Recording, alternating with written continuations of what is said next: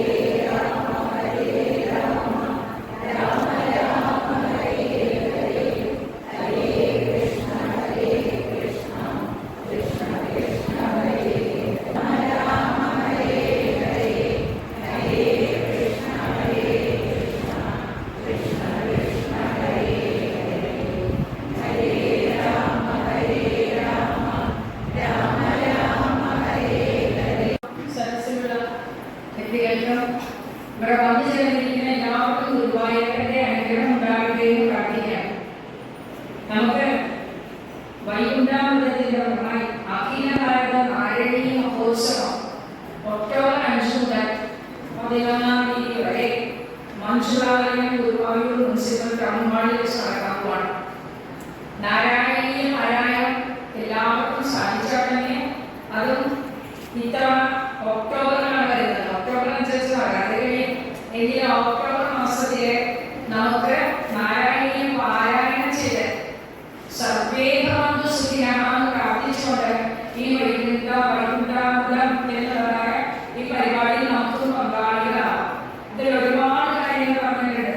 എന്നാൽ നാരായണീയം ഓരോ വീടുകളിൽ നാരായണീയം കൂടുതൽ ആൾക്കാരെ പങ്കെടുപ്പിച്ചുകൊണ്ട് നാരായണീയം നടത്തുക. അതുപോലെ തന്നെ കലാലയങ്ങൾ എവിടെയായാലും ആ നാരായണീയത്തിന്റെ പ്രസക്തി എത്തിക്കുക. നയനം തന്നെ നാരായണീയമാണെന്ന് നേതൃത്വത്തെ പ്രദർശിപ്പിക്കാനായിട്ട് നാരായണീയത്തിന് നടക്കുന്നുണ്ട്. അതിന്റെ എല്ലാ സൗകര്യത്തിനും നമ്മൾ പങ്കാളികളായിക്കൊണ്ട് അതിലെ ചില കണികളുണ്ട് അല്ലെ. വലിയ സമുദ്രത്തിൽ ഒരു ചെറിയ ജലകണികയാക്കാൻ സാധിച്ചാൽ നമുക്ക് മാറ്റമല്ലേ. അങ്ങനെ വൈകുണ്ഠാമൃതത്തില് നമ്മൾ ഒരു തുള്ളിയായിരിക്കുക. എല്ലാവർക്കും ഭഗവാൻ അനുഗ്രഹിക്കട്ടെ എന്ന് പ്രാർത്ഥിച്ചുകൊണ്ട് ഞാൻ ഈ പരിപാടി നമുക്ക് സമർപ്പിക്കുകയാണ്. നാളുകളെ കാണാത്ത ഒരു വലിയ പരിപാടിയായി മാറും എന്നതിന് യാതൊരു തർക്കവുമില്ല. നമ്മളിവിടെ സന്നിഹിതരായിട്ടുള്ളത് ഏതാണ്ട് 200 പേരാണ്. നമ്മുടെ നാരായണീയ മഹോത്സവത്തിൽ 7 ദിവസം ഒരേ സമയത്ത് 2000 പേരാണ് പാരായണത്തിന് വേണ്ടിയിരിക്കുന്നത്. ഇന്ന് തന്നെ ഒരു 200 പേര് പങ്കെടുത്തപ്പോൾ നമുക്കുണ്ടായ സന്തോഷവും ആനന്ദവും ഗുരുവായൂരപ്പന്റെ തിരുനടയ മഞ്ചുളാലയത്തിൽ 2000 പേര് ഒന്നിച്ചിരുന്ന് പാരായണം ചെയ്യുന്ന ഒരു വലിയ ഒരു പ്രോഗ്രാമായിട്ട് നമുക്ക് ഈ സാന്ത്വനാനന്ദം വഴി ഓരോ ഗ്രാമങ്ങളിലും സാന്ത്വനാനന്ദം വഴി വൈകുണ്ഠാമൃത പരിപാടി വലിയ തോതിൽ നല്ല രീതിയിൽ നടത്താനായിട്ട് നമുക്ക് സാധിക്കണം.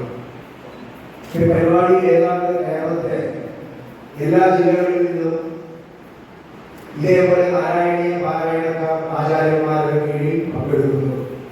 കേരളത്തിന് പുറത്തു നിന്ന് ബോംബെ, ഡൽഹി, കർണാടക, മദ്രാസ് അങ്ങനെ സ്റ്റേറ്റുകളിൽ നിന്ന് ധാരാളം പേർ ഈ പരിപാടിയിൽ സംബന്ധിക്കുമെന്നതും ഈ 10ാമത് നടക്കുന്ന വൈകുണ്ഠാമൃതത്തിലെ ഒരു വലിയ പ്രത്യേകതയാണ്. കേരളത്തിന് പുറത്തും അതുപോലെ ഇന്ത്യക്ക് പുറത്തും നിരവധി ഭക്തജനങ്ങൾ പങ്കെടുക്കുന്ന ഒരു അതിവിശിഷ്ടമായ നാളിതുവരെ കാണാത്ത ഒരു നാരായണീയ ഭക്ത അവരുടേതായ ഒരു കൂട്ടായ്മയായിട്ട് വൈകുണ്ഠാമൃതം മാറാൻ പോകുന്നു എന്നുള്ളത് നമുക്കെല്ലാവർക്കും സന്തോഷകരമായ ഒരു കാര്യമാണ്. ഈ വൈകുണ്ഠാമൃതത്തിൽ നാരായണീയ പാരായണക്കാരാണ്. അതുകൊണ്ട് തന്നെ ഈ പരിപാടി ആർക്കു വേണ്ടിയാണ് സംഘടിപ്പിക്കുന്നത് എന്ന് ചിന്തിക്കുമ്പോൾ നമ്മുടെ നാരായണീയ പാരായണക്കാർക്ക് വേണ്ടിയാണ് ഈ പരിപാടി സംഘടിപ്പിക്കുന്നത്. ഏതൊക്കെ നാരായണീയ ഭക്തർ നമുക്കുണ്ടോ അല്ലെങ്കിൽ നാരായണീയ പാരായണക്കാർ അവർക്കുണ്ടോ അവർക്കെല്ലാവർക്കും പാരായണം ചെയ്യാനുള്ള സൗകര്യം ഈ മഹോത്സവത്തിൽ ഉണ്ടാകും എന്നതാണ്. അതുകൊണ്ട് ഇപ്പോൾ നമ്മൾ പലതരത്തിലുള്ള സത്രങ്ങളൊക്കെ ഉണ്ടാവും. ആ സത്രങ്ങളിൽ ഒരു ആചാര്യൻ അതുകൊണ്ട് തന്നെ ഈ പരിപാടി സംഘടിപ്പിക്കേണ്ടത് നമ്മൾ ഓരോരുത്തരാണ്, പാരായണക്കാരാണ് എന്നുള്ള കാര്യം ആദ്യം ഓർമ്മിപ്പിക്കും. ഒന്നാമത്തെ കാര്യം സമർപ്പിക്കുക, ഞാൻ ഈ പരിപാടിയിൽ പാരായണത്തിന് പങ്കെടുക്കും എന്നാണ് ഒന്നാമത്തെ കാര്യം.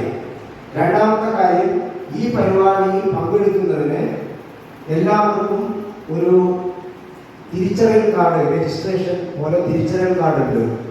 അത് നമ്മളെല്ലാവരും വാങ്ങി നമ്മുടെ ഫോട്ടോ പതിച്ച് നമ്മുടെ പേരെഴുതി അങ്ങനെ ഏതൊക്കെ ദിവസത്താണോ നമ്മൾ പാരായണം ചെയ്യാൻ വരുന്നത് ആ സമയത്ത് നമ്മൾ ആ ടാഗ് ധരിച്ച് അല്ലെങ്കിൽ ആ തിരിച്ചറിയൽ കാർഡ് ധരിച്ച് വേണം വരാനായിട്ട് എന്നുള്ളതാണ്. മൂന്നാമത്തെ കാര്യം, നമ്മൾക്ക് ഈ പരിപാടിയുമായി ബന്ധപ്പെട്ട് പരിപാടിയുടെ 41 ദിവസം മുമ്പ് നമ്മളെല്ലാവരും ഒരു മണ്ഡലകാലം ഓം നമോ നാരായണ എന്ന മന്ത്രം ഒരു ദിവസം 1008 പ്രാവശ്യം ജപിച്ച് 41 ദിവസം പാരായണത്തിന് മുമ്പ് ജപിച്ച് ആ ഒരു മനഃശുദ്ധിയും ഭക്തിയും ഒക്കെ വർദ്ധിപ്പിച്ചുകൊണ്ടാണ് പാരായണത്തിന് വേണ്ടി വരുന്നത്. നമ്മുടെ വീട്ടിൽ ഏത് സമയത്തും ഒന്നില്ലെങ്കിൽ വിളക്ക് വയ്ക്കുന്ന സമയത്ത്, അല്ലെങ്കിൽ കുളി കഴിക്കുന്ന സമയത്ത്, അല്ലെങ്കിൽ ജോലി ചെയ്യുന്ന സമയത്ത്, അല്ലെങ്കിൽ ജോലിക്ക് പോകുന്ന സമയത്ത്, അല്ലെങ്കിൽ സന്ധ്യാസമയത്ത്, എപ്പോൾ വേണമെങ്കിലും എപ്പോഴാണോ നമുക്ക് സൗകര്യമുള്ളത് ആ സമയത്ത് ഈ മഹോത്സവത്തിന്റെ വൈകുണ്ഠാമൃതത്തിന്റെ തയ്യാറെടുപ്പിന് വേണ്ടി നമ്മൾ ഓരോരുത്തരും തയ്യാറെടുപ്പിന് വേണ്ടി നമ്മൾ ജപം അനുഷ്ഠിക്കും 41 ദിവസം. അങ്ങനെ 41 ദിവസം ജപം അനുഷ്ഠിച്ച് ശക്തരായി ശക്തിയോടുകൂടി വരുന്ന ഭക്തരാണ് പാരായണത്തിന് പങ്കെടുക്കുന്നത് എന്നുള്ളത് ഈ പരിപാടിയുടെ പ്രത്യേകതയാണ്.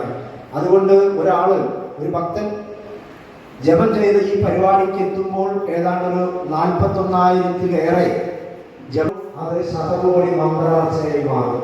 ഈ വൈകുണ്ഠാമൃതത്തിലെ ഒരു ഏറ്റവും വലിയൊരു പരിപാടി ശതകോടി മന്ത്രാർച്ചന എന്നുള്ളതാണ്. അത് അവരവരുടെ ഗ്രഹത്തിൽ നമ്മൾ ഈ അർച്ചന നടത്തും.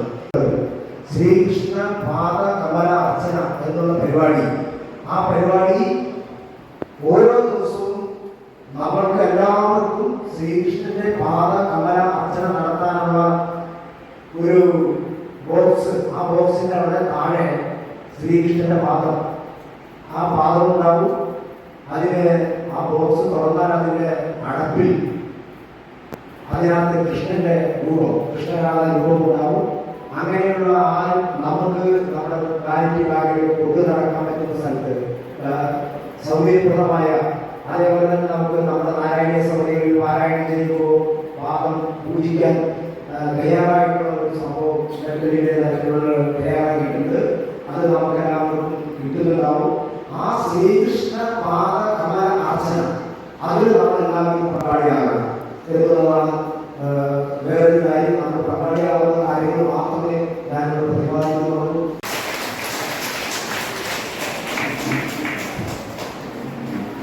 ആചാര്യ ശ്രീമതി സുമ ഉദയനിൽ വായിക്കുമ്പോൾ ഒന്ന് വേഗം വരണം. തിരക്ക് എന്നേക്കാൾ കൂടുതൽ നിങ്ങൾക്ക് എല്ലാവർക്കും ഉണ്ടെന്നറിയാം. വിജയലക്ഷ്മി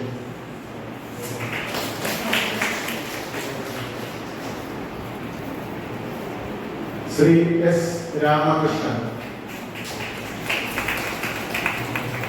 ആചാര്യ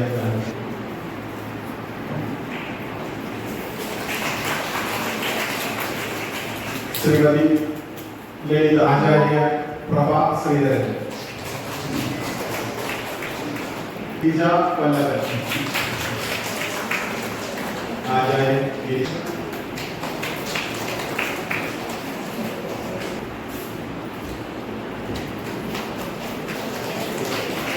ശ്രീ ശ്രീധരൻ വടക്കൂ, വിശ്വനാഥ അയ്യർ, ആചാര്യ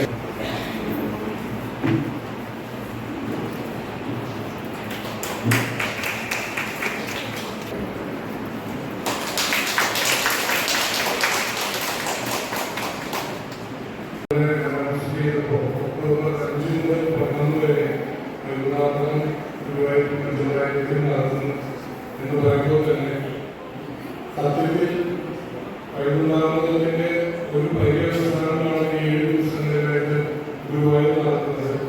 ഈ മഹോത്സവം ഇതിനോടകം തന്നെ അവരുടെ സ്വാഗത സംഘം ഗുരുവായൂർ ഈ കമ്മിറ്റിയുടെ സ്വാഗത സംഘം രൂപീകരിച്ചതോടുകൂടി തന്നെ ഈ മഹോത്സവം നമ്മുടെ കേരളത്തിന് പുറത്തും മറ്റ് വിദേശ രാജ്യങ്ങളിലും ഇതിനോടകം തന്നെ സാധാരണ ആരംഭിച്ചു കഴിഞ്ഞു.